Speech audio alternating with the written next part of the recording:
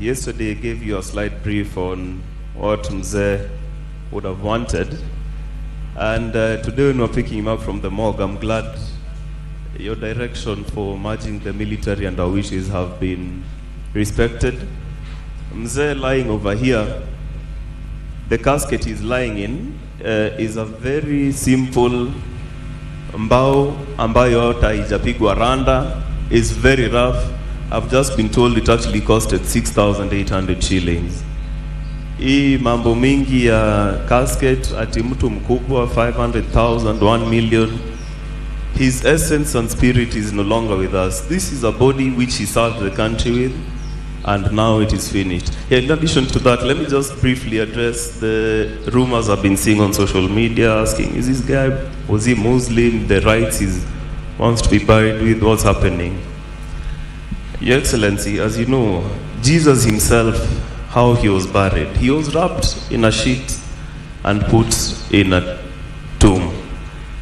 Right now, Mzee is wearing the uniform he donned for number 1 functions, but tomorrow we'll be wrapping him in the sheets. We'll extract him from the casket and lay him in the ground so that he can return to us dust as quickly as possible, just the way he wanted it, and just following the man he admired the most, Jesus Christ. Your Excellency, my father always alikuwa na mambo matatu kama wewe, not the same, but all his speeches were divided into 3. Today I'll divide it into 4 because he was a Foster General. Firstly, you heard from Bishop Lele about his love for God.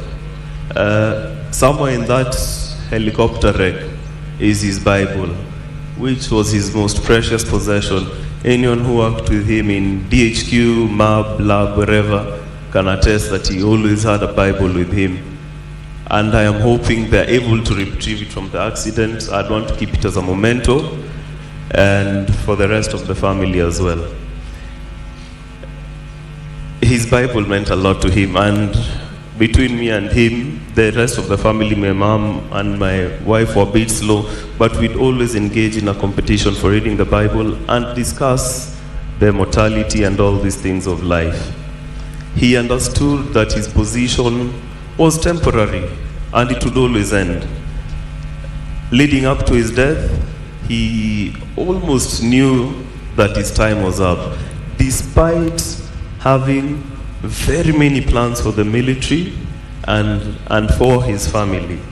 But he spoke in a certain tone that would suggest that, my son, I won't always be here, and you will need to take care of my wife and my other children, which I am more than ready to do, and it will not be a problem.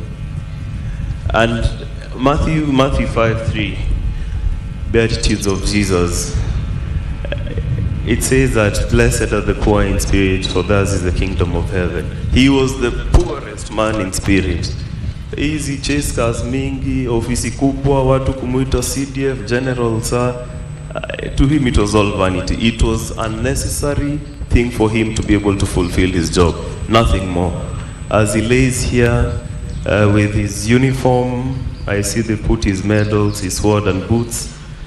He loved it as a tool for the job, but nothing more. Don't be under any illusion that he thinks is important once he breathed his last. That was point number 1, his love for God. His point number 2 and point number 3 is a very blurry line. It is about his soldiers and his family.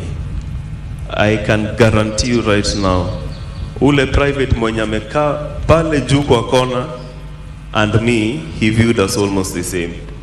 You may not have had the same privileges I might have had being his son, but in his heart of hearts, the lowest person, the cleaner, to his vice, he treated all of them with respect, and he respected every single human life.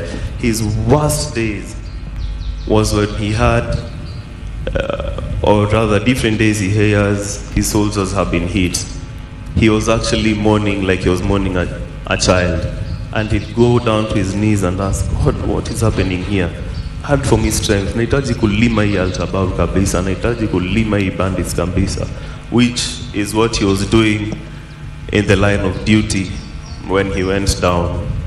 And I want to tell even the bandits or Al-Shabaab who are celebrating, mtu mwenye alikuwa na lima kila wakati, muongeze click. Watu ya SF, mukipewa mission ya kwenda kulima adui, maliza kabisa. Na ukifanya skirmishing, confirm. Ongeze 3 za kichwa. That's how he would have wanted it. He wanted to die, in fact, fighting one of these enemies. And so, musikubali kuogopa Al-Shabaab. Kama mdosi wenyu wako wanaogopa adui, basi mnaogopa nini? Si yeye amelala hapa na sisi wote tutalala hapa. Usipende maisha yako yote sana, na iko kitu moja kubwa kushinda wewe, Mwenyezi Mungu na nchi yetu ya Kenya. Lima au Al-Shabaab, lima, musiangushe click. Muongeze.